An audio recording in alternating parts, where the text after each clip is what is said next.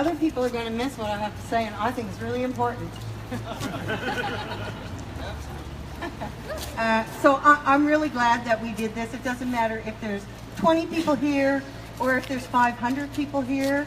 The fact is that we are showing that we are standing against what the Liberal government is doing to this province. And that is really, really important. I usually don't prepare notes. I just kind of like to speak off the cuff. But today I had to prepare some because I'm going to cover things that I'm not as familiar with as someone like Stacey Rutherham. Stacey can't make it today, but Stacey makes a lot of comments and gives us a lot of information about what's happening here in Nova Scotia with our environment. One of the things that probably most people don't think about is the damage that's being created here by decisions that are being made by our government. And those decisions are having disastrous effects all across this province when it comes to poisoning our people. It happens in lots of areas, and a lot of them are rural, so we don't see it. We don't necessarily know everything that's going on, and we don't pay attention to it. But there are some things that we should be paying attention to, and everybody needs to think about them. And one of the biggest things that we need to be thinking about is what's happening in Pictou. Because in Pictou, the pulp mill down there is poisoning people, and nobody's doing anything about it.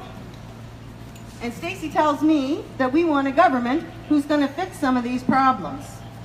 And everybody needs to know that what's happening down there is causing the highest rates of cancer in Canada. The highest rates of cancer in Canada are happening in Pictou.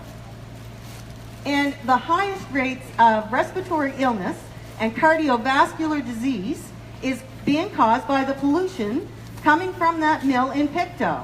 So the highest rates of respiratory illness and cardiovascular disease in Nova Scotia is being caused by the poison spewing from that mill. The highest rate of infant mortality and stillbirths happening because of that mill. These are things that people don't think about because we don't see it. Here in the city, we don't see it, but it's happening out there. And we need to do something about that. We need to clean that up.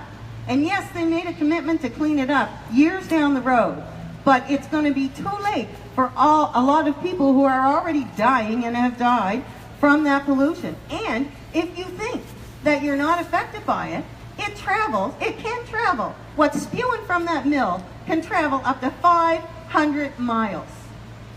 500 miles. So other people, not just Pictou, are being affected. And then that brings us to the trees that are being clear cut. Because a lot of property, a lot of land in this province is being allowed to be clear cut. And that's doing a lot of damage to our environment. It's driving our animals out, sometimes killing them. It's taking down a protection for us because those trees soak up a lot of the carbons that are in the air and can help keep people from being sick. And that's really important to remember. Now, she tells me, because again, that's where I get my information from Stacey, that if you wonder why we don't have money sometimes to put into health care and education, after the government allows people to clear cut all those trees, they often buy that land back up to twice the assessed value of the property. So we have no trees, they're buying empty land. And we don't have money to put into education and health care and, you know, bringing down the rate of poverty or any of those things. And she says we need to stop clear cutting our forests. 566,000 acres are slated to be clear cut in the area, in one big area, besides all of the others that they've already cut down. So these are things we don't often consider. Now, I was at the press conference last week for the Environmental Bill of Rights and listened to the speakers there. We also have a problem in this province with environmental racism. We have communities, and we look at these communities, they're First Nations communities, they're African Nova Scotian communities, and they're poorer communities, And they're suffering from dumps, toxic waste that's being put in their neighborhoods, and probably because, you know, white people don't want it in there, so they'll dump it somewhere else. In Shelburne, I listened to Louise Delisle last week talk about the rate at which the men in her community in Shelburne are dying because of the sickness that they're getting. They believe it's caused from that dump, and they've become a community of widows. And if anybody saw recently somebody who works in that town say she was playing a race card, she wasn't playing a race card, this is fact. In Lincolnville, same thing, living by a dump for years, and people are getting sick from it. We don't see it. It's not, you know, it's not in our backyard, but it's in their backyard, and we need to be concerned about that. So if you're concerned about things like that, you need to look into just how many disasters are going on here in Nova Scotia when it comes to our environment. But I want to talk about a few other things, and one of the things I want to talk about is poverty.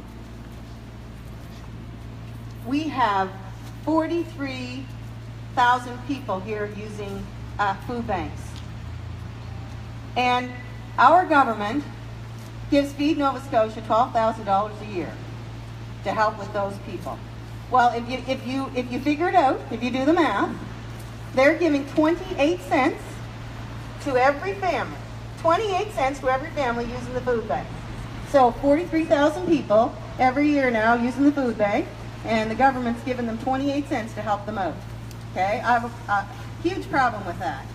We have more than 37,000 children in this province who are living in poverty, who often go to school hungry. They don't have breakfast in the morning. Makes it hard for them to learn. We need to do something about that.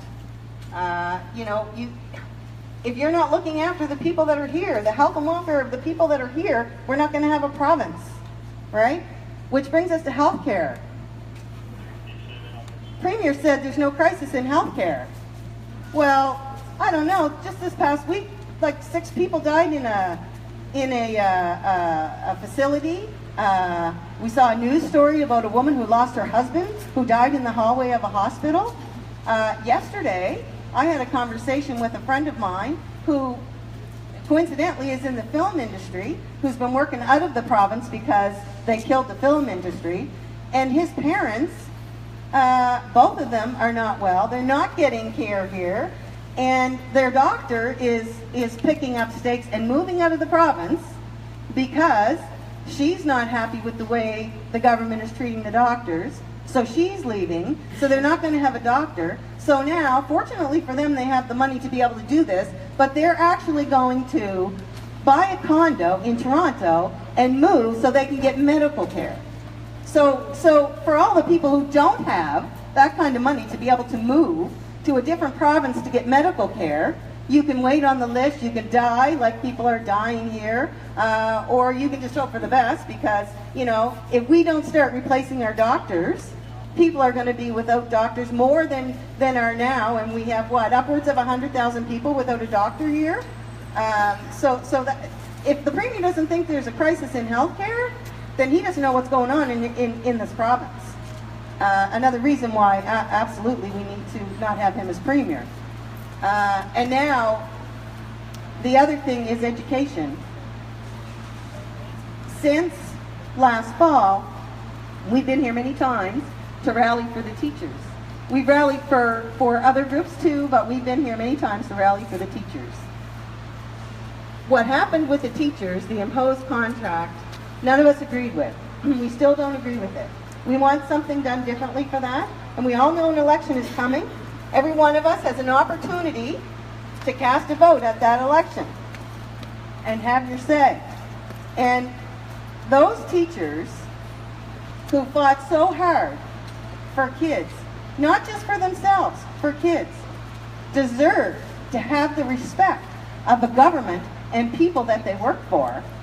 Their job, and they do it well, is to look after the children in this province. And they care about those children. They put energy into those children.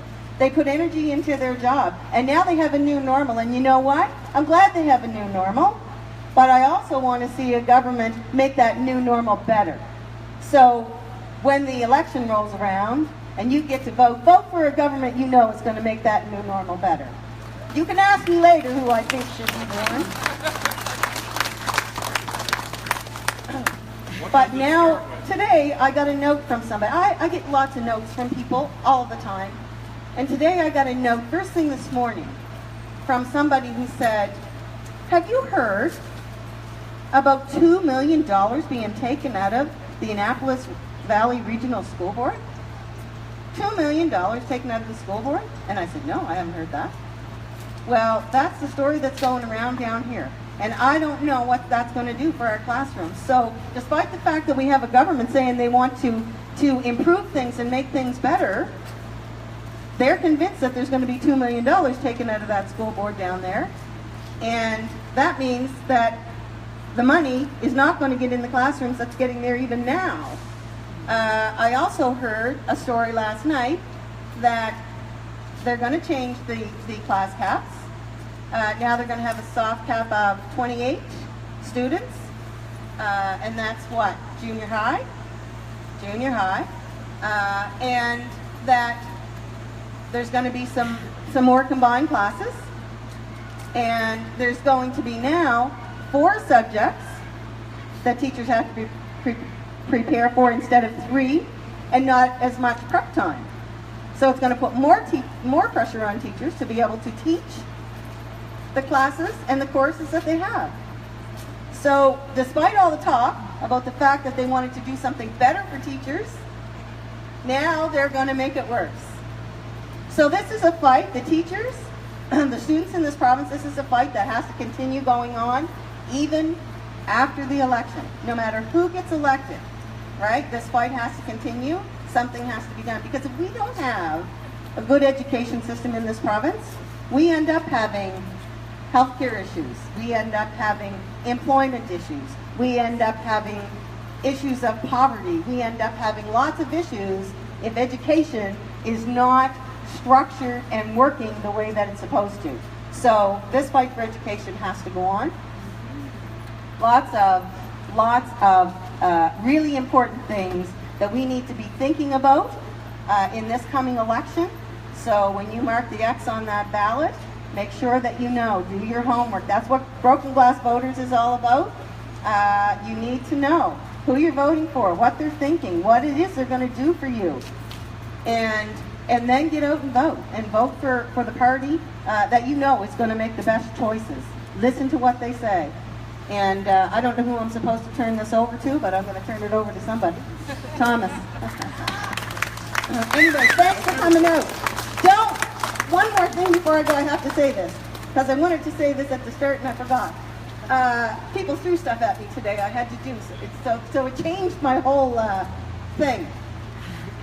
The one thing I wanted to say, which I think is really important, is since all this started last fall with the teachers, have any of you made friends, like friends online or whatever?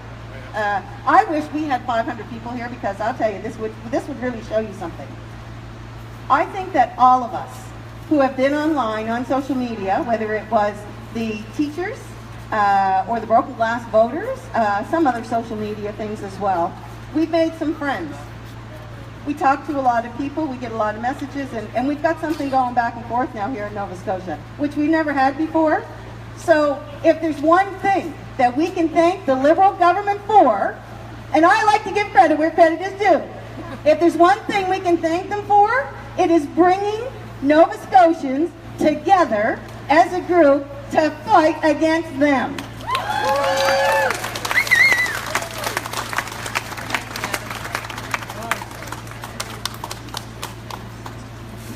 Thank you very much, Trish Keeping. We've noticed that quite a few more faces are showing up, and as they get past the traffic, things will only get better. I'd like to ask Doreen Bernard to come and welcome us to this rally. Thank you. I'd like to say a quick prayer, if you don't mind. Just want to welcome everyone to unceded Mi'kmaq territory. Kitul, Great Spirit, good creator of all grandmothers and grandfathers, from the four sacred directions and four sacred races, Please hear our humble prayer. Well, Alan, thank you for those gathered here today. Today we need to pray for the water. In Sippanegatick, Grassy Narrows, Barrier Lake, Standing Rock, Muskrat Falls, Woodladeck, Harriet's Field, Williams Wood, Pictou Landing, and everywhere. We need to pray for the water protectors, the grassroots people, and the supporters who are standing up to protect their water, their land, their families, their ancestors, and their future generations as they are on the front lines to protect the sacred. The life, culture, and strength of the indigenous people of the world cannot be separated from the water. We embrace our connection to the lifeblood of Mother Earth and encourage all people to remember that water is sacred and it is our responsibility to protect the water. We reach out in truth and reconciliation to teach you about us and about our connection to our Mother Earth and our sacred water. We give our sincere gratitude in the many blessings of Mother Earth. We give our sincere gratitude to the water. In our language we say, Someone, Kesalu, I love you. Water, I thank you. Walalan. Water, I respect you. Get me the Elmo. We pray for the good of our nations, our communities, our families, our youth, our elders, our leaders, and our medicine people. We pray for strength and courage that encourages growth and positive change. We give thanks for the resilience that you give to us in our times of need. We give thanks for the courage of our hearts, our female energy, and of our minds, our male energy, that empowers our potential for healing. We pray for mankind to embrace and love and respect our Mother Earth, to take action to turn around the effects of climate change, and to help to do what we can to help her to heal. We do this, Isu, Creator, so that our children and future generations will have a safer place to live and to grow, and will always have clean water to drink. We'll always know the sacredness of our Mother Earth and our water. And Sitnogama. Thank you.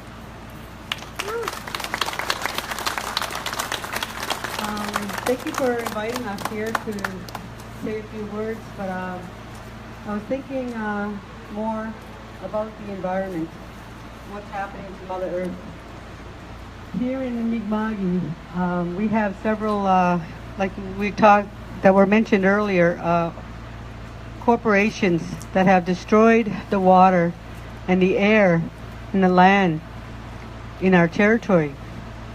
And in Sippanegatick, where I'm from, we are fighting Alton Gas, the Alton Gas project, from dumping millions and millions of gallons of mining brine waste into our river and killing the species that live in that river, and infringing on our treaty rights to hunt, to fish, to gather medicines, the food, the things that we need for our good health.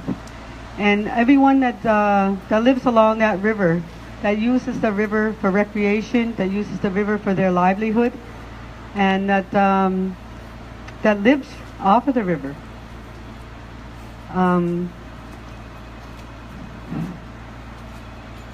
One of the things that we've been fighting is for recognition of our connection, our ancestral connection to the water and to the water everywhere, and to the land. And one of the things that I think this has united many people to realize that Mother Earth is not a commodity resource. She is the source of life. And when people are waking up to that message that we need Mother Earth, Mother Earth doesn't need us. She'll be here long after we're gone. What I think our peace and our friendship treaty has united a lot of people into thinking about that we are all treaty people. We're all responsible to take care of the water, the land, in our environment. Not only for us, but for our future generations, for our children's children, and 7 generations in front of us. That is our responsibility. And for women, it's women's responsibility as life givers to take care of the water, to protect the water. And in our culture, that is one of our sacred duties as life givers. We bring children into the world, and they're born into water. And that gift that we've been given as life givers, we were given that responsibility to take care of the water. So it's very important for the continuation of mankind. And we speak not only for human beings. When we say Umsit Nogama, we mean all our relations. All our relations aren't only the human family. They're the four-legged and the winged ones and the swimmers and the crawlers, the plants, the trees, the rocks, everything that the Creator made. Those are everything in our universe and beyond. That is all our relations. That's Umsit Nogama. So I ask that for the support that's needed for those that are on the front lines, all the ones that are here today that are speaking out, that for their voice to be heard, and for the support. We support one another. You know, our honor song, Mi'kmaq honor song, talks about respecting who you are, respecting the way Creator made you, and the gift that He's given you when He put you here on this earth. And that for us was to help one another. Help one another. That's what our honor song says. The way the Creator made you, and the way the Creator intended you when you came here to this earth. And I thank you very much for coming out. We have a water protector that's been living down at the river for 8 months through this harsh winter, the winter that we had, living on the river. The only time he's left the river is when it flooded, flooded the truck house. But he's been there as a presence with our ancestors to let them know that we're not going to move. We're not going to let them do what they want to do to our water. There was no consultation with our people to ask them to come to our territory to put this gas caverns and what they want to do with the mining waste. Our people were the last people to know about this project, and we're not going to let them do it. Well, we cannot allow this to happen. Because when this happens, when we allow these things to happen, this is fracking infrastructure. What they're doing now is building the fracking infrastructure to continue to build more caverns and to frack gas to put in those caverns, and those are going to be for export. And it's going to harm our water for the rest of our lives and the lives of the next 7 generations. And everywhere where people are fighting for water, we have a grandmother, Josephine Mandaman, who's walking 2,200 kilometers from Duluth, Minnesota to Matane, Quebec, carrying the water and praying for the water. And she's been doing this since 2003, raising awareness across Canada and the world about the sacredness of water. Water is life. We cannot live without water. So I ask everyone to think about those things and to take these messages back to your communities and think about uniting together, because it is the voice of the people. The government's allowing this to happen. The Liberal government has allowed this to happen. We haven't been consulted. We had to go to court to get our voices heard. In Mi'kmaq and across Canada, Indigenous people have had to fight for everything in their lives. For human rights. We didn't get human rights until 2008, a week after the apology to the residential school survivors.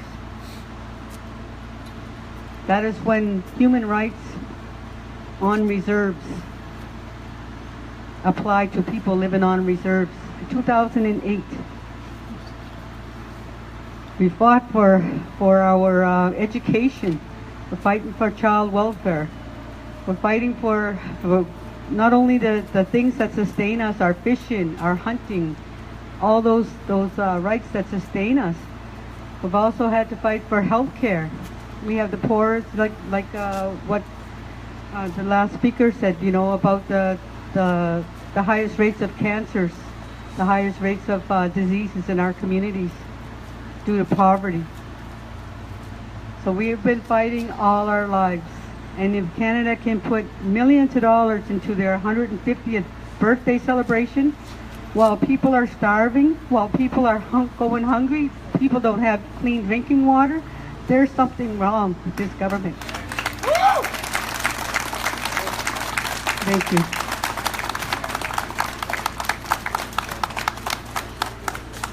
Thank you very, very much. We have Jason McLean.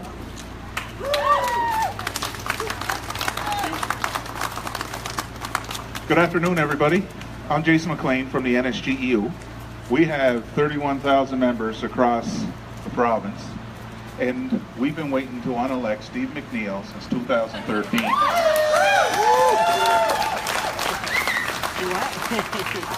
I'm frustrated, I'm fed up, and I'm done. And I'm a broken glass voter, just like everybody else here on the street.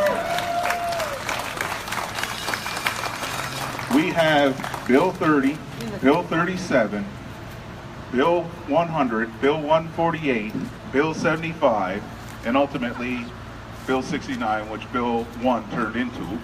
Sorry, we have Bill 1, which is terrible. So what I want to do is stand up here with everybody. I'm glad people are showing up. I'm glad we're going to get out this election cycle and vote this government out. We need to get rid of them or nothing is going to change. I'm truly upset. Today I was approached by the media to talk about somebody that passed away during code census in a Dartmouth General. The thing that bothers me about it is we have a government that in the budget lockup showed us a balanced budget, insincere balanced budget, which had nothing to address the issues that are going on in the hospitals right now. Nothing. Not 1 cent to help it. And that's why we need to get rid of them, amongst the other issues that I gave you before.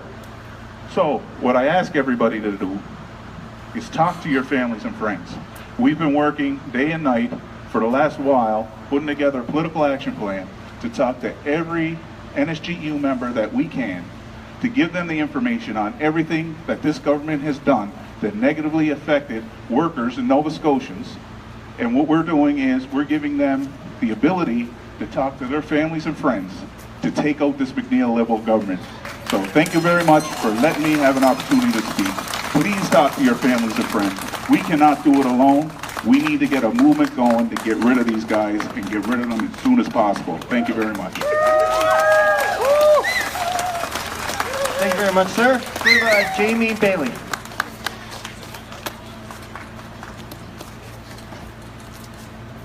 Hello, broken glass voters. Welcome to Province House. I know you've been dragged through a lot of broken glass over the last few years to get here today. I know how you feel. By the way, it's nice to see my friend Jason McLean giving such a good speech. I agreed with every word. How often does that happen? Today I agree with every word. Here's what we've put up with.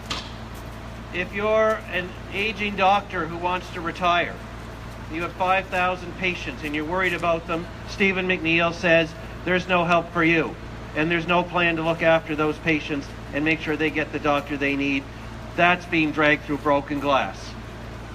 If you're a husband and your wife has a stroke 1 week after her doctor retires and he spends a year looking for the medical help she needs, and as of today she still doesn't have a doctor, he has been dragged through broken glass.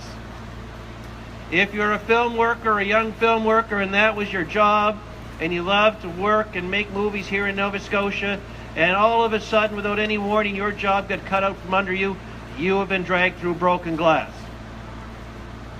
And if you were a teacher putting up your hand and saying, you know what, we need real reform, we need real help in our classrooms so every kid can get the help they need. And your premier tells you you're wrong, you're greedy, it's all about the money. If you're a teacher, you have been dragged through broken glass.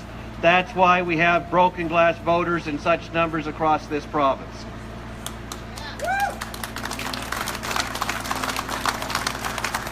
And today, what happened in this House with the budget is a sham. It's a sham.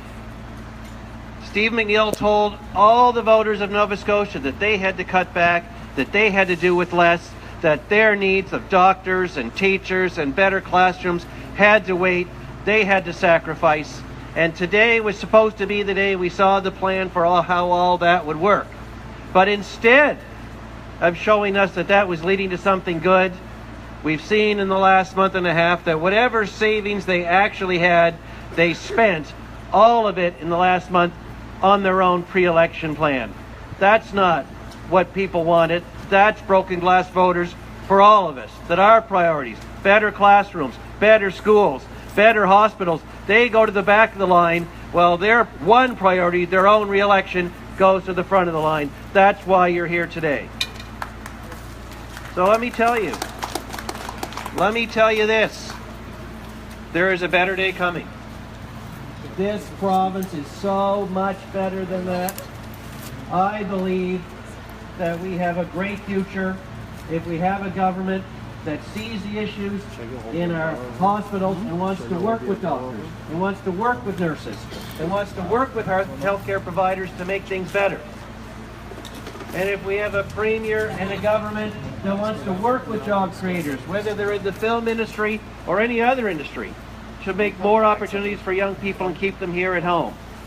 And we need a premier and a government that wants to work with teachers, that wants to actually get the job done of making investments in our classrooms, whether it's capping class sizes or getting more EPAs to students that need help, or giving teachers real policies on attendance and on discipline that they can enforce and know every day they'll have a premier and a government that has their back when they make those tough decisions. That's a better day. So maybe we can go from broken glass, oh, thank you, and a premier who, even despite his hair, still needs an umbrella from time to time. Maybe we can go from broken glass to the shining light of a whole new window into a better future, where we repeal Bill 75, keep the Commission on Inclusion, and make our classrooms better, and get back to the table and work out a deal with our teachers that's fair to everybody. Maybe that actually would make things better. Maybe we could have a government that actually invests in more doctors now so people get the health care that they need.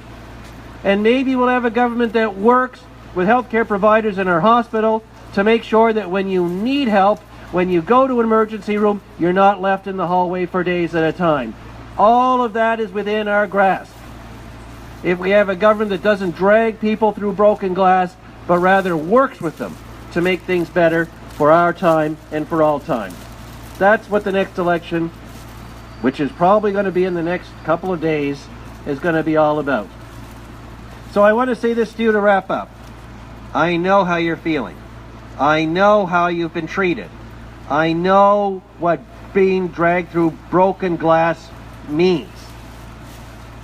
So go out and make that change. And I'll say this to you, and I know the leader of the NDP is here. Choose who you think points the right direction for you. I'm not going to make a party pitch right now. Choose who you think will take us in the right direction for you.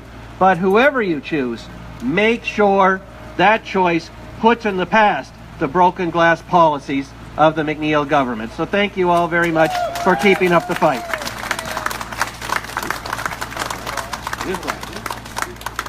And now I'd like to introduce an old client of mine who I worked with many years ago, a past NSTU president, Brian Forbes. Well, thank you, Jamie. I'm not going to lie. I'm disappointed in the rain. And not, you know, it's a little disappointing to see after all that's gone on in the past year, especially in the past year, 4 years generally. It's really disappointing to see a small number turning out on an occasion like this. But small number or large, it's important to turn out and let your voice be heard. When I was kind of thinking, how can we do something to make up this crowd a little bit, to grow it a little bit. I was reminded of a story by Utah Phillips. Anybody know who Utah Phillips is? Well, Utah Phillips told a story about a wobbly organizer down in the United States in the early 1900s who would go and stand on a street corner. He'd start shouting, "Help, help, I've been robbed." And a crowd would gather to see what was going on. And when he got a sufficient crowd, he'd say, "Yes, ladies and gentlemen, brothers and sisters, I've been robbed by the capitalist system and you have too." So, I don't know, it might work. And I kind of feel that way right now, I got to tell you the truth. Anyway, this budget, we were told we were coming for a budget presentation, but that's not really what that is, according to all the rumors and all the indications. What we're here marking and what's going on inside there is a very big, elaborate, expensive rollout of the Liberal Party platform for the next election. That's all that's happening. It's not going to be examined. It's not going to go through the legislative process. It's just a big, shiny, balanced budget. People were supposed to look at it and say, "Oh, isn't it bright? Isn't it shiny? Isn't it symmetrical? Isn't it balanced?" And we're supposed to admire it. But I'll tell you something. A balanced budget comes with deficits. And some of the deficits that are coming with this balanced budget, and isn't it funny how over the past several months, over the past year, McNeil has been running around saying, "Well, I don't have a nickel to give anybody. There's not a nickel at all in the Treasury." And all of a sudden, in the last month, it's been like pixie dust all over the place. Pixie dust, some for you and some for you and some for you. How times change. Anyway, but this balanced budget comes with deficits. For example, and Trish spoke about a lot of the issues. There's a deficit in seniors care. There's a deficit in family doctors and patient care. There's a deficit in ER capacity. There's a deficit in teachers and school psychologists and speech-language pathologists and normal-sized classrooms or reasonable-sized classrooms and all the other things that go to make a quality public education. There's a deficit in affordable housing. There's a deficit on a lot of families' tables of good, nourishing food because they have to resort to food banks all the time because they can't afford food. But I don't think, I haven't heard that this Liberal Party platform that's being presented in there today addresses any of those things, does it? Zero. Zero. And Jason actually stole one of my lines, but I've heard Gary, and I saw he tweeted today, a budget of zeros from a government of zeros, and Jason named a whole lot of numbers that they're zeros, but they've got numbers too, like the numbers he mentioned, 148 and 75 are ones that stand out in my mind. And talking about the size of the crowd, I was here when we had the 8,000 or whatever it was back there in February, and they're not here today, but I can guarantee you one thing, those people went home and they haven't forgotten what was done to them on that day, and they'll be there at the ballot box where it really counts when it comes about. But anyway, all this is starting to rain and I should wind up. But I wanted to read you something I wrote a while ago. I called it a cautionary tale of three premiers. And here's how it goes. Once upon a time, there was a premier of Nova Scotia. He was a devotee of austerity economics, had a monomaniacal fixation with balancing the budget, and knew the cost of everything and the value of nothing. Remind you of anybody? But this premier's name was Donald Cameron. And in his enthusiasm to balance the budget, he attacked teachers, ripping up an already signed collective agreement and imposing a legislated wage freeze. It is recorded that he's had his way in the legislature, just as Mr. McNeil has done so many times. But shortly after, there was a provincial election, and Mr. Cameron was gone. Only a couple of years later, a new premier, John Savage, came along and, completely contrary to his campaign promises, developed an enthusiasm for austerity economics, a monomaniacal fixation with balancing the budget, and he demonstrated clearly that he knew the cost of everything and the value of nothing. Using his majority in the legislature as leverage, he extracted extreme concessions from all public sector unions, including teachers, and imposed other draconian conditions such as the infamous Savage Days. Anybody remember those? Which amounted to a non-negotiated wage rollback. He too had his way in the legislature, and very soon, even before the next election in his case, he was gone. So someday in the not too distant future, it will be recounted that there was a third premier who was also a believer in austerity economics. He too had a monomaniacal fixation with balancing the budget, and it was very evident that he knew the cost of everything and the value of nothing. With a clear majority in the legislature who were willing to follow their leader over the cliff, lemming fashion, he repeatedly attacked public sector unions, demanded extreme concessions, passed a bill that made a mockery of the collective bargaining process, and eventually imposed a legislative agreement, so-called, on teachers, which gave him by brute force everything he could not achieve at the bargaining table. And it will be duly reported of Stephen McNeil and his Liberals that they had their way in the legislature, but that a short time later, following the next provincial election, he was gone. And folks, that's what we're here to make happen.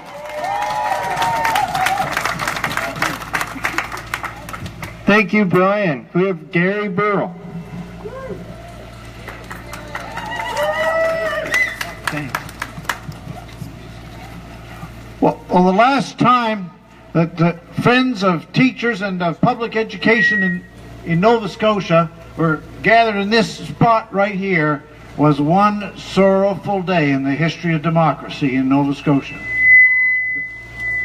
The McNeil Liberals had just passed Bill 75 imposing a contract on the teachers of the province, and then the Speaker, the Liberal Speaker of the House, expelled every member of the Nova Scotia public who had been observing this from the gallery of the People's House, because every time one of the 33 Liberals had their name called and had to stand and say yes to the bill, there was so much scorn and contempt from the public that people couldn't contain it within themselves, and it was something that the Liberals didn't want to hear. And then after that, once that happened, you know, it usually happens at the end of a session of the House, the Lieutenant Governor is summoned. And the Lieutenant Governor signs into law the act, but that didn't happen that day. That day, instead, after the people all left, they took the bill and walked down Barrington Street to the Lieutenant Governor's place and had it signed into law down there. And that same day, the Premier of our province, under heavy guard, in a tinted window vehicle, pushed, inched, crawled his way out through the thousands of people, because the people who were here were so irate and were so incensed, and all of these things happened on that day. And those of us who were standing right here that day at that time will remember that after that happened, there was a sad little gaggle posse came down these steps of Liberal MLAs, and they kind of, well, they almost were holding hands. They kind of made their way along like this, across out along the back path and over to the building where the Premier had his office. For what purpose, I'm not sure, if anything other than maybe to wait for their next instruction. And all of this happened on February 21st, 2017, a sad day in democracy in Nova Scotia, and that was 65 days ago. So now we're here 65 days later. We say to ourselves, well, what's the job then in front of us 65 days past that sorry date? Well, job one is for us to push for a bill that was presented here in the legislature the day before yesterday by the NDP's education critic Lenore Zan. And this was a bill to repeal, rescind, rebuke, remove, and read everything else, Bill 75, and resume negotiations with the teachers of Nova Scotia. And job 2 is for us to push for something that, if you look through the budget documents that were presented today, you'll look from beginning to end, the whole great pile of them, but you won't see any mention of it. But it's something that we presented a bill for in the middle of the February filibuster, something that 9,300 teachers called for in the greatest mobilization of educators in the history of our province, and that is class size caps from primary to grade 12, same as they have the next door in New Brunswick. And the way for us to accomplish these jobs is now in this moment, 65 days later after that sorrowful day. It's to use every breath we've got, every hour we've got, every bit of energy, every bit of vision we've got to make sure in this election, which is immediately upcoming, that we get rid of a government that believes, as this government does, that free and fair collective bargaining, the democratic process doesn't mean anything. And we get a government that understands that a balanced budget is not as important as the education of a generation of our children. Thank you.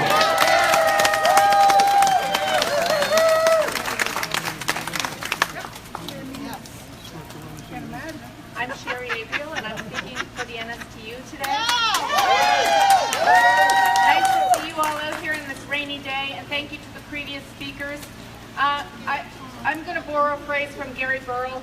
A balanced budget is no way to treat Nova Scotians. It's not a way to deal with the issues that we've heard expressed here today by Ms. Bernard, by Ms. Keeping, by all of the other speakers. Students and elderly and women and poor people of Nova Scotia deserve better. We need solutions. We don't need balanced budgets. We don't need a government who's going to throw money out the window in order to get reelected. We don't need something that looks good on paper and in the newspapers. We need a government with a heart. And we really need to make sure that those people that we elect and who come after this government understand that they need to listen to Nova Scotians and they need to include our voices in whatever plans are made. If you're dealing with education, you need to listen to teachers and not create a council of 9 teachers. You need to listen to the organization that's been elected by the members to represent those members. You need to base decisions on research, not on the story of the day or an opportunity to get reelected, as I've said before. You need to use good, sound research. You need to look at other provinces. Look at what they're doing in New Brunswick. Mr. Burrell mentioned New Brunswick. They have guaranteed that there'll be no job cuts for the next 5 years to help deal with classroom composition issues. They've tried to come up with some real solutions to deal with problems, and they haven't just legislated a contract because they couldn't be bothered to listen. We need a government that will listen to us, and we need someone, as I said, with heart that is going to look after the trust of Nova Scotian people who elected them. I heard it said today by a friend that this government is like an abusive parent. They spend all year beating us, and yet just prior to the election, it's Christmas Day, and they give us our gift. They give us gifts, throw gifts at them, and they expect that we're going to forget that we're beaten the rest of the year. It's not acceptable the way our Nova Scotian people are being treated by this government, and we need to re-elect a government or elect a government that's going to think of the people and the problems of this province and come up with creative solutions by talking with us, not at us. Thank you. Didn't keep that. Everybody's see, I wasn't going to get to keep the umbrella. You know, I don't want to repeat a lot of what's been said because, you know, it's pouring with rain, you're all standing out here. But I can tell you, having been on all different sides of this, obviously, over the past couple of years, that the hallmark of Stephen McNeil is how he treats people. And I have watched that over the past few years, and there is a meanness against people and groups that I've never seen before. He's dismissive of people. He doesn't care about people. And he decided that a balanced budget means anything. Now, there's a lot of opinions on balanced budgets. And I talked to a lot of people who said he's doing the right thing going for the balanced budget, until a couple weeks ago when all of a sudden he went on a spending spree and they said, well, hold it, I thought the whole point of this was we were trying to pay down the debt. So even the things that he has said that he is doing this for, he is now taken away. And this was all about trying to find money to spend in liberal ridings that were at risk so that they could buy the next election. It's the same reason why he campaigned on a fixed date election, and then suddenly there was no fixed date elections, and we're the only province in Canada without fixed date elections, because we all think the election will be called Saturday. It probably will be, but we don't know. They're doing the polls every day. Some of you have probably been called. And that's not right. That's not how to run this government. That's not how to run any government. And we have seen over and over now what's happened. We sat in there, we listened to a budget that will not get voted on, will not get scrutinized, which only means that there are things being hidden in that budget that they don't want us to know about. Otherwise, they would take it right through, vote on it, then call an election. But instead, they're not going to let that scrutiny happen, and the budget will get lost. So you've had the entire government infrastructure create a campaign platform for them and spend tens of thousands, maybe hundreds of thousands of your dollars going around the province making announcements and using your tax dollars to run their campaign. And that's not okay. And I don't care what party it is, that's not okay. So you heard Jamie Bailey earlier talking about, he's not going to do the partisan thing and tell you who to vote for.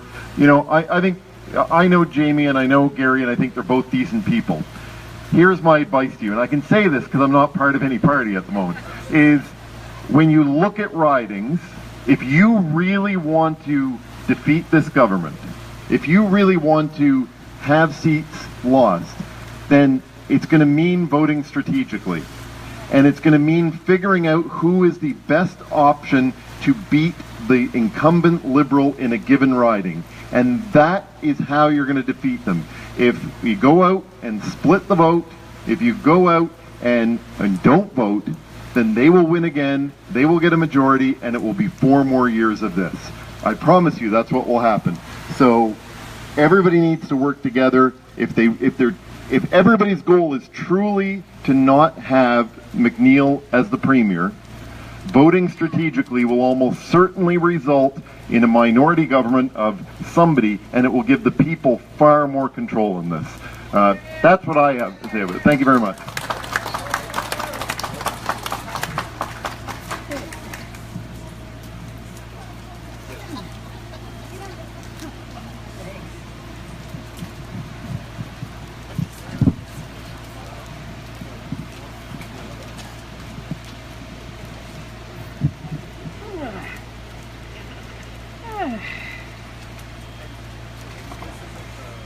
Hi everybody, my name's Janice Evans and I've been a television producer in Halifax for over 25 years.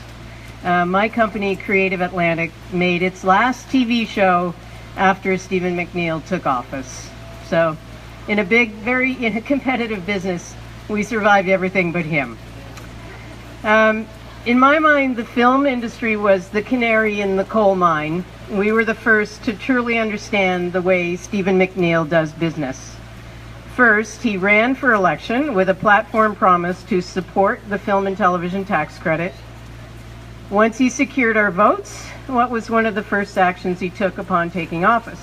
He cut the film and television tax credit and dismantled Film and Creative Industries Nova Scotia, which was a vital support to our industry.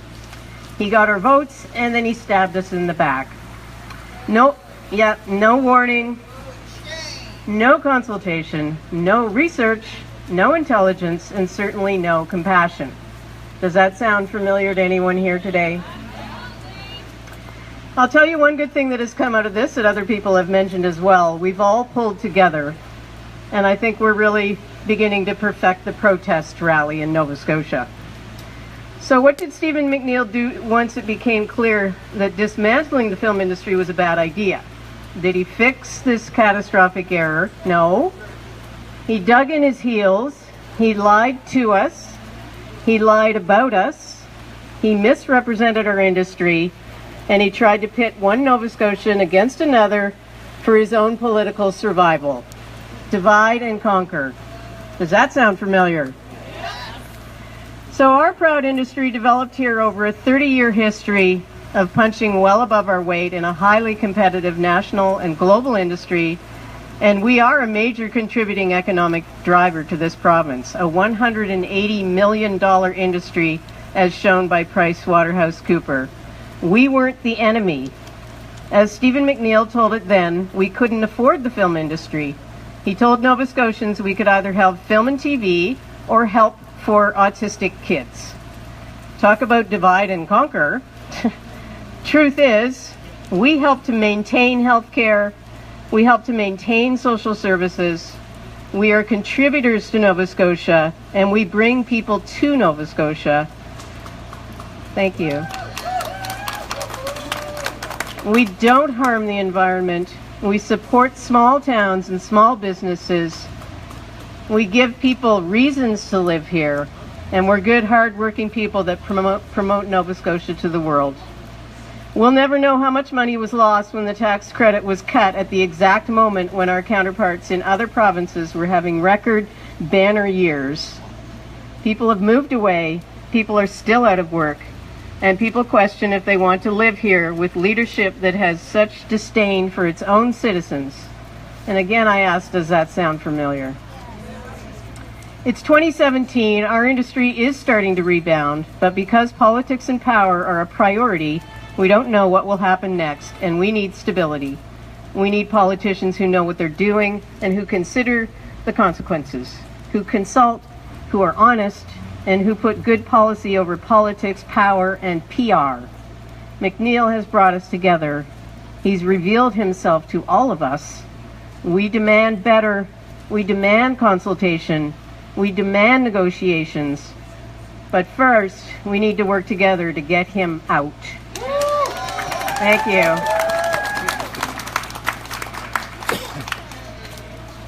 Ian Johnson.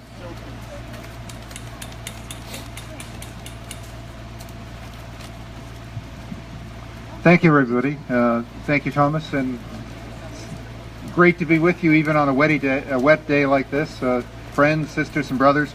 I'm here as, believe it or not, as a seniors representative. And I think what I wanted to say firstly is I'm really pleased to be here with you, united in our opposition to the austerity budget that came forward today and which we've seen over the last 3 years, and to be here with the cross-sections of Nova Scotians who have been affected by these kinds of policies. I wanted to talk specifically about a particular issue that the government brought forward as, in a sense, as a microcosm, as another example of how the government has betrayed the trust of people, and that is what the government called an action plan for an aging population. This was released on March 30th, and I should know better, but last June I thought it was useful and might be helpful to participate in the development of that plan.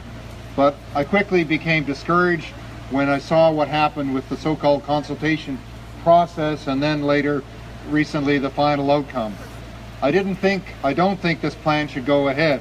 And what happened in that process was there was only an hour and a half or so to cover 5 topics. There's about 30 or 40 people divided into 6 or 7 groups. And it was very clear that they were not interested really in what we had to say. I raised my concerns personally directly with the group I was part of, with the overall facilitator of the group. I even wrote to the minister, surprisingly, and I'd never heard from him. The minister in this case is Leo Glavine. Some of you might know him as the Minister of Health. And I had no reply to that. I didn't see any publicity really for these sessions, and I was troubled that the whole process was rushed, not just our session, but there were 7 community consultations in a week and a half at the end of June to the first week of July. So to me that speaks volumes in terms of what the government didn't want to do. So I was then, and I still am, very troubled by this very rushed process, which even if people took the trouble to come out and participate, it was very difficult for people to participate, to have a voice and to be heard. And I remain concerned, actually, even I looked at the later report, to what extent did it really have an impact on the actions proposed in this so-called plan. But when you look at the plan, and I don't know if you've seen it, but it came out on March 30th, about 3 weeks ago. It set out 3 broad goals, 12 high-level commitments, and what they called 52 actions, really general actions. And most of them seem to be very general. They don't seem to be clearly designed to actually move ahead.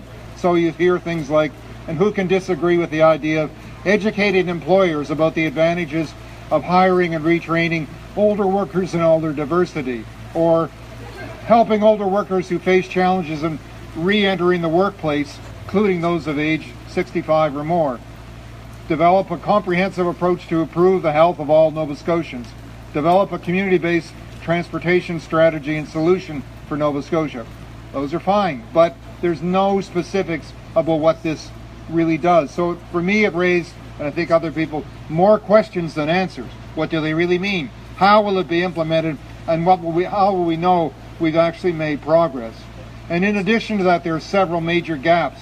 It doesn't address or even barely speaks to the growing poverty and income security and growing inequality that seniors face day in and day out. It's particularly deficient, I think, in the area of health care. There's nothing about inadequate prescription drug coverage, or the need for a national public drug strategy, or the problems we've heard about even today in accessing primary health care, or in dealing with overcrowded hospital emergency departments and the crisis in long-term care. None of that was mentioned. And then on top of that, the Premier said, well, we're going to give you $13.6 million over 3 years to implement it. But there's no breakdown of how that money will be used. There are few details and a lot of questions. And now we see today in today's budget, there's a so-called budget bulletin of support for an aging population. But again, most of the things are very general, and they brought in a whole bunch of things to make it look like they're actually moving forward. Even the staff, I spoke to the staff of the Department of Seniors, they don't know what's actually happening. They're seeking classification. So all in all, I'm concerned that everything in this process seemed to be rushed to get a plan in place for the election to be called very soon, with very limited public consultation, a number of vague actions that would be difficult to implement, minimal funding to properly implement, and no framework to assess what's happened. So like other people here today, seniors are being given a sham plan, S-H-A-M, a scam plan really, that means seniors will be no further ahead to what's happened and what's in this budget. Seniors and all Nova Scotians deserve better than that. Thank you for your time today.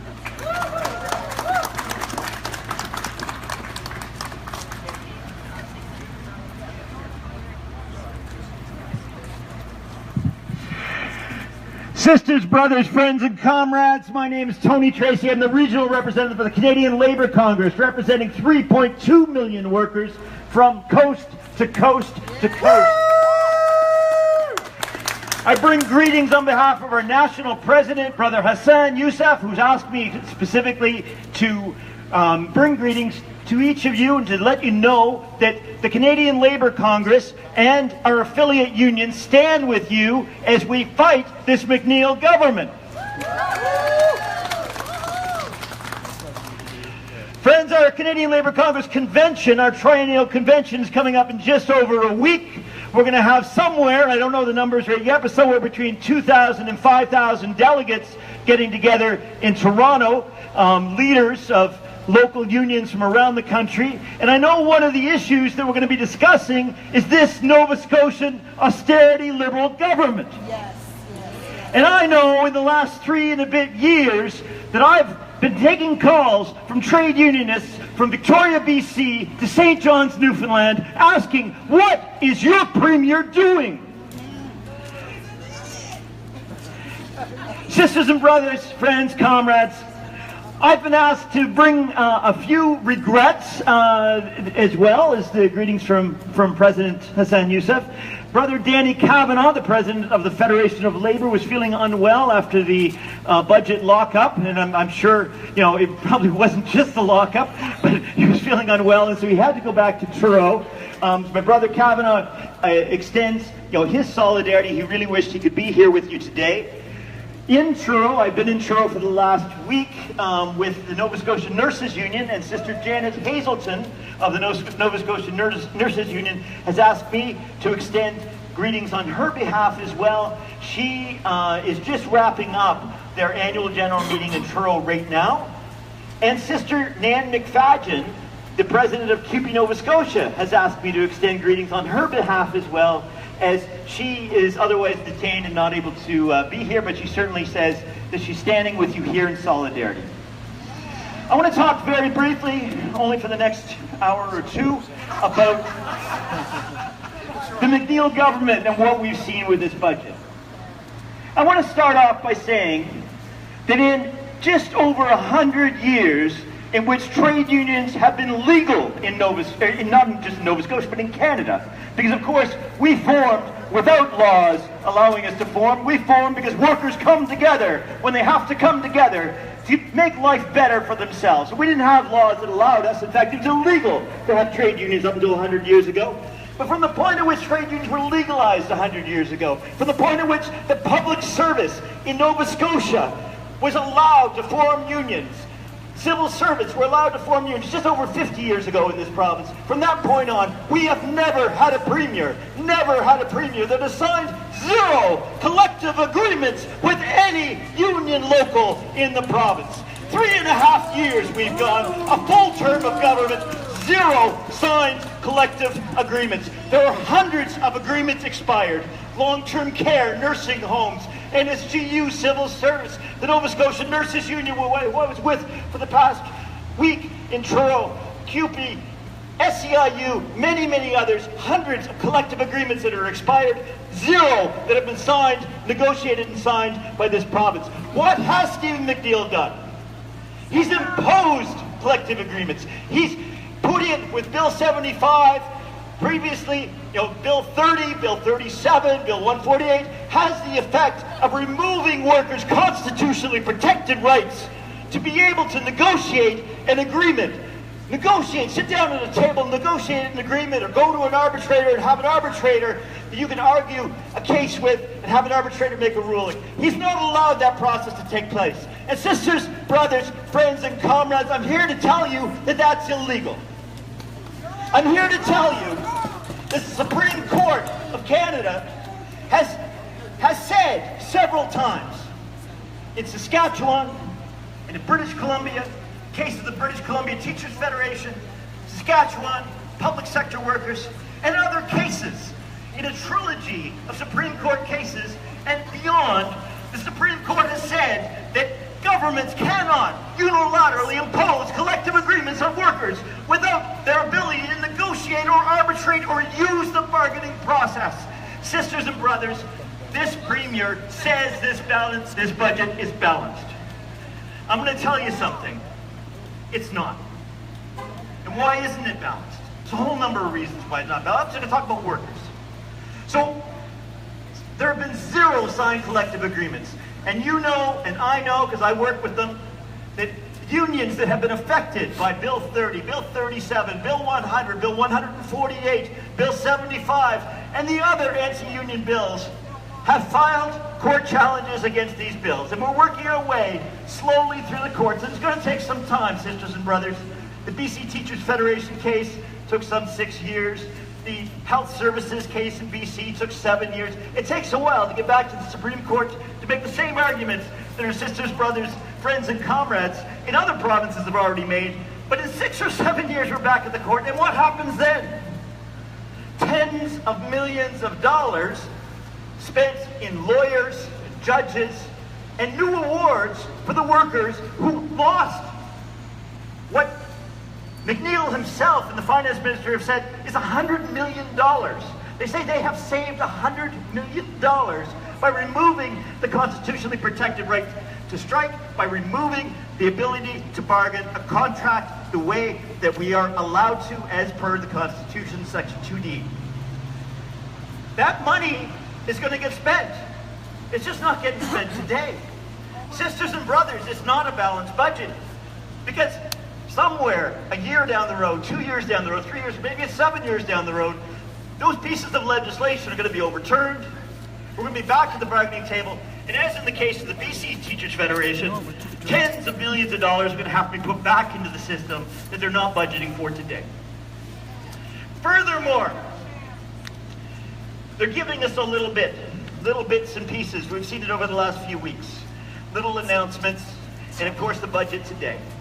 And they're saying, you know, we've done really well. We've balanced the budget, $24 million surplus. Well, you've been telling us at the table the reason for Bill 148, the reason for Bill 75, and all these other bills is because we're broke, can't possibly do it, but I've got a surplus, whatever. It doesn't exist, there's no surplus. That said, sisters and brothers, the fact of the matter is that this government has said that they're putting money back in the system that doesn't actually exist. For example, this government took $8 million out of long-term health care. What the impact of that has been, sisters and brothers, the $8 million coming out of long-term health care, is that seniors in this province, the most vulnerable seniors in this province, living in nursing homes, living in long-term care facilities, are fed on just over $4 a day, under $5 a day, 3 meals for under $5 a day. Now, how does that happen? I don't know. But what they did today is announce they're giving $3 million to long-term care. Okay, now I was never the best at math as a kid, but let me just say, a very wise man told me a story that when you have a blanket and you cut a foot off the blanket at the top, and then you add 3 inches to the blanket at the bottom, you still have a shorter blanket. They've taken $8 million from long-term care, given us back 3. In my math, that's a cut, sisters and brothers. That's not something they're giving back to us. So, on that note, you know, we are going to be in an election very soon. You know, most of us think it's going to be this Saturday, and with a May 30th date, maybe he tries to, you know, have some debate in the budget. We don't think so, but who knows? We could be having elections on June 6th, or June 13th, or June 20th, you know, who knows? But it does bring to mind to me, as the rep for the Canadian Labour Congress in this region, something that happened in 1961. Because we had a party, the Cooperative Commonwealth Federation, that had run, you know, Tommy Douglas fought for health care under that banner, the CCF, and they had made some gains. They actually brought in health care, Medicare, in Saskatchewan. But they weren't getting quite far enough, and so they sought a partner in order to build something bigger and better. And who did they come to? They came to the Canadian Labour Congress. And the Canadian Labour Congress is the co-founder in 1961 of the New Democratic Party of Canada, and sisters and brothers, that's our Workers' Party. Sisters and brothers, we know that the bosses have 2 parties, the Braggs over here with the Liberals, and the other bosses over here with the Tories. The workers have 1 party, and we're going to vote NDP. Thanks so much, sisters and brothers.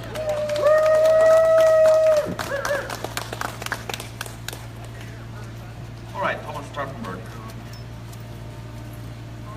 Let me start by saying how honored I am to be welcomed here in Mi'kma'ki as a settler.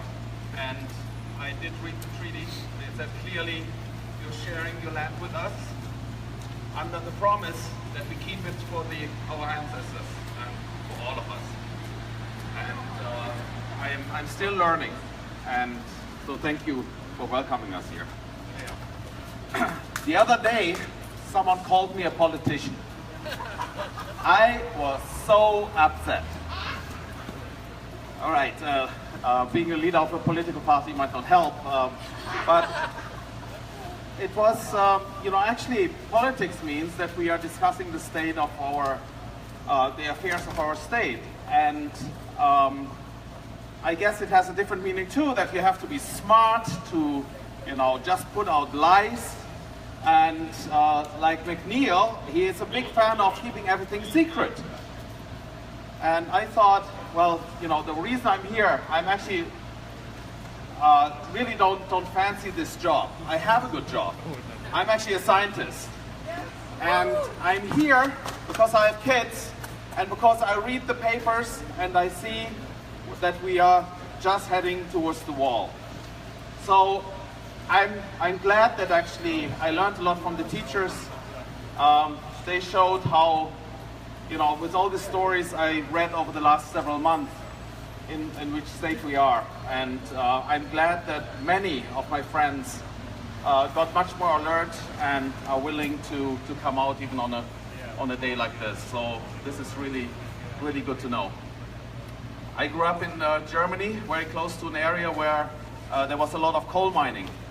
And over in the 70s, they tried to save it. You know, a lot of people got laid off, and it was a very hard time. And the government tried to, you know, save it. And but at the end, time has changed. There are no coal mines there anymore, but they are building, you know, clean energy. The whole area cleaned up. They have now a lot of jobs there. We started another coal mine here. So a whole other thing, we have so many opportunities here, and this is why, you know, another reason why I'm politically active now is this is such a beautiful province, and we can do so many things. So we really have all to do something. One more thing I want to mention, I have to disagree with Andrew Younger, and I quite admire Andrew Younger, he's a good guy. But I started a few years ago thinking about, yes, all this strategic voting.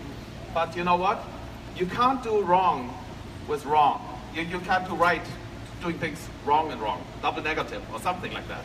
Anyhow, and I'm a physicist, you know, I should know. You know, you things we feel right. Our electoral system is wrong, but trying to outsmart it is also wrong. We have to go and change this. So this will be certainly on my agenda after this next election. We really have to go on and first of all get a real democracy here, and then we can maybe move on. Thank you very much.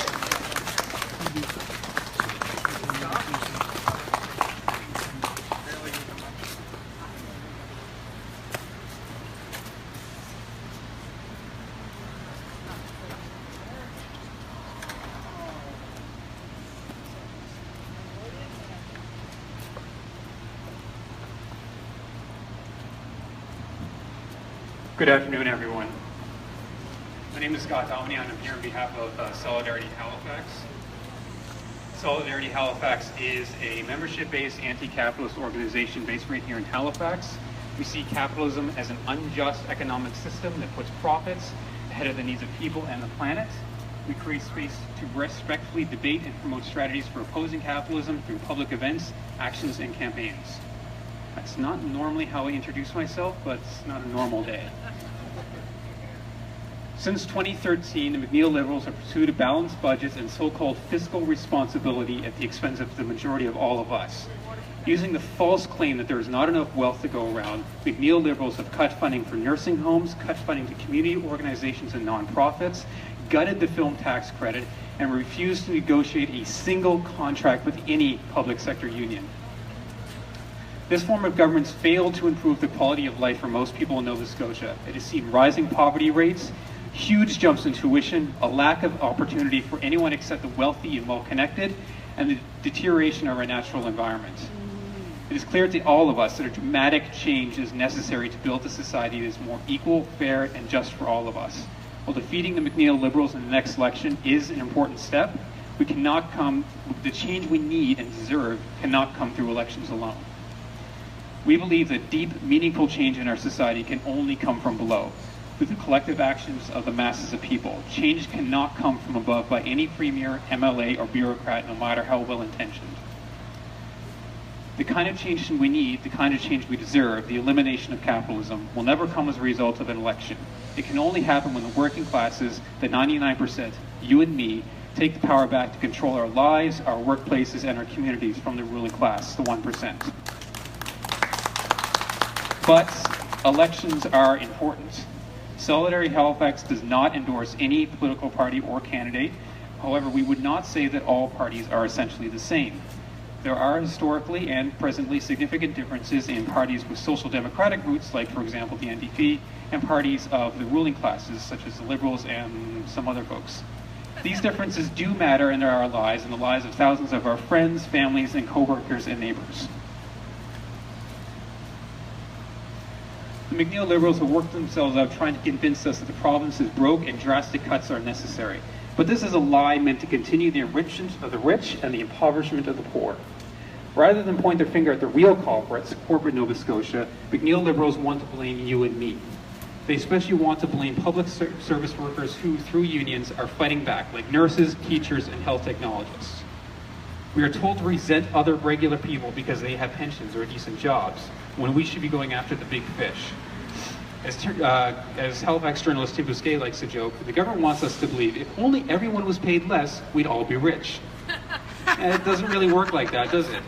Every dollar we cut from somebody's wage package, every penny we wrest from someone's pension plan, every childcare spot we eliminate, every civil service job scrapped, every union contract ransacked, will find its way to conveyor belt to the pockets of the rich. Now here's the good news. There are alternatives. Life doesn't have to be like this. An alternative budget could stimulate the economy by increasing workers' incomes and boosting household spending. Strengthening the public sector, especially the provision of public services, would leave us less vulnerable to the huge costs imposed by private companies, especially in our energy bills. Solidarity Halifax, we believe that we need a more just and an alternative to austerity, but an alternative to capitalism. Through a mix of public ownership, worker cooperatives, and nonprofit enterprise, so we can build a sustainable economy and keep more of our wealth here in Nova Scotia, instead of sending it to corporate shareholders in Toronto or New York. Again, this is important. This kind of change will not come from above. The only way to build a sustainable and democratic economy is by taking power in our schools, our workplaces, and our communities. And we can take a lesson from history. In 1936, there was an election in France. This is a timely example. There was an election in France, and for the first time saw a radical left-wing government take control of the parliament, the Popular Front. This Popular Front was backed by unions in France. And the day after that election, all of these unions in France, they went on a month-long general strike. They more or less shut the country down for a month. Why would they do this? They supported the Popular Front. They should have been happy. Well, they were. But they knew that they needed to send a very strong message to this new government, to show that new government that they had the power to hold them to account, to keep them true to their promises. That is the spirit we need now, and that is the spirit that win us the world we want and deserve. Thank you. We are unstoppable. I'll take one of mine.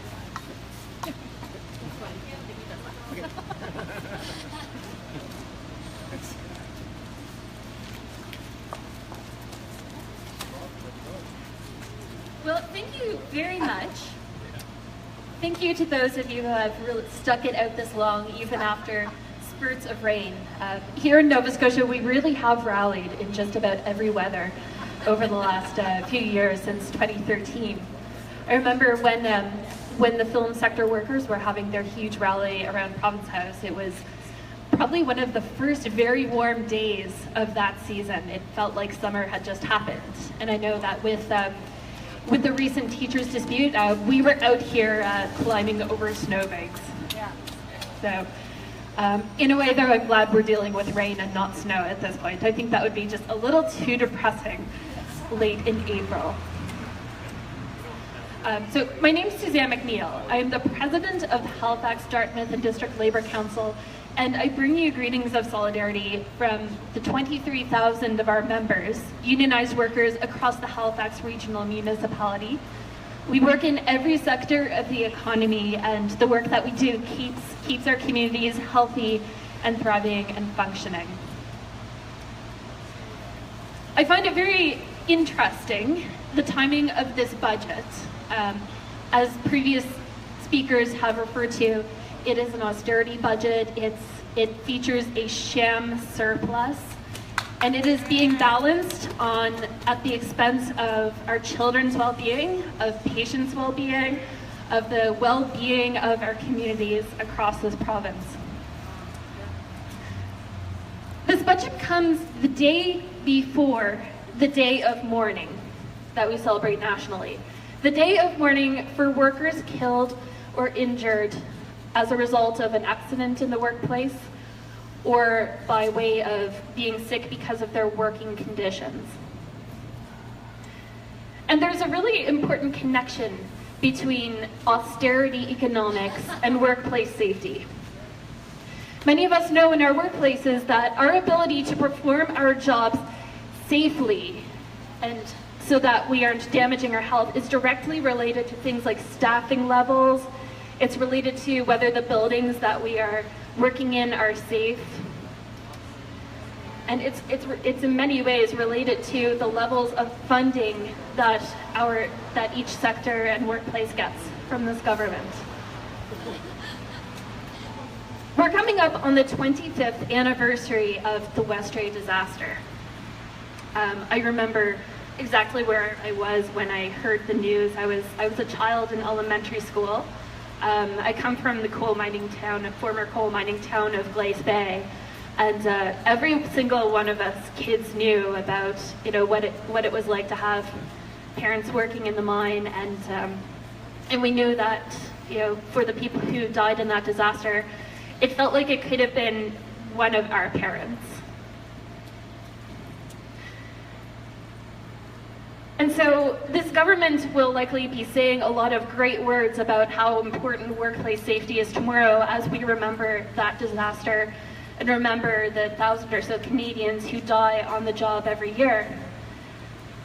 But we say to them, are you willing to put your money where your mouth is? Are you willing to make sure that schools have enough TAs in the classroom to support the work that teachers are doing so that our children can learn in a safe and supportive environment? Are they willing to make sure that our hospitals have enough staff so that they don't have to be constantly calling a co-consensus and creating dangerous conditions that lead to patient deaths?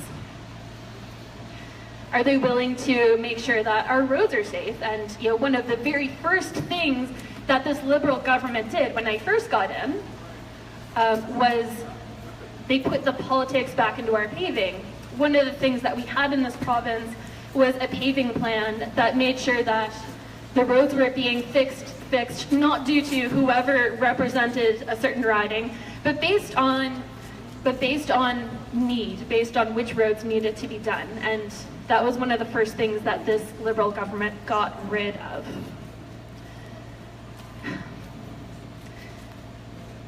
And so as we're moving forward into this election, all bets are looking at an election being called pretty soon.